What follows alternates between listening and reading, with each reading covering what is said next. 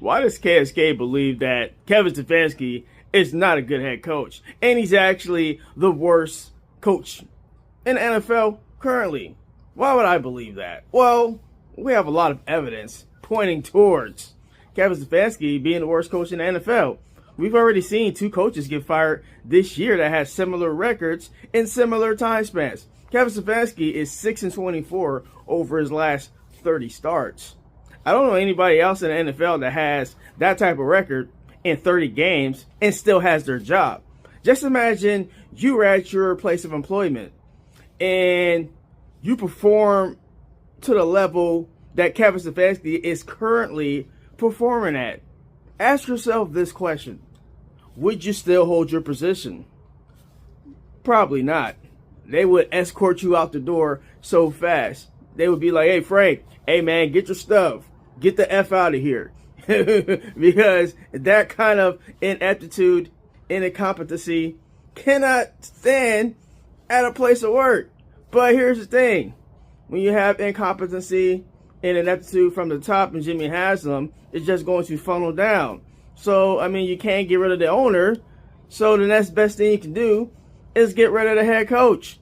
There's so much damning evidence towards Kevin Stefanski being the worst head coach in the NFL.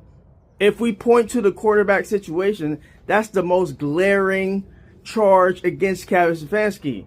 Kevin Stefanski told everybody that would listen with a straight face that Dylan Gabriel was better than Shedeur Sanders. He said it from the jump. That was his pick. And Andrew Berry's pick was Shedeur Sanders, of course. But Kevin Stefanski, he's the head coach. So he gets final say on who gets to play on the field. Andrew Berry gets to construct the roster as a GM. But Kevin Stefanski, as far as playing time and how it's allotted between players, that's a Kevin Stefanski decision. So Kevin Stefanski told me back in the summertime that Shedeur Sanders is QB4. That's when Joe Flacco, Kenny Pickett, Dylan Gabriel, and Shedeur Sanders were all on the roster. And we were getting the QB tracker frequently at training camp.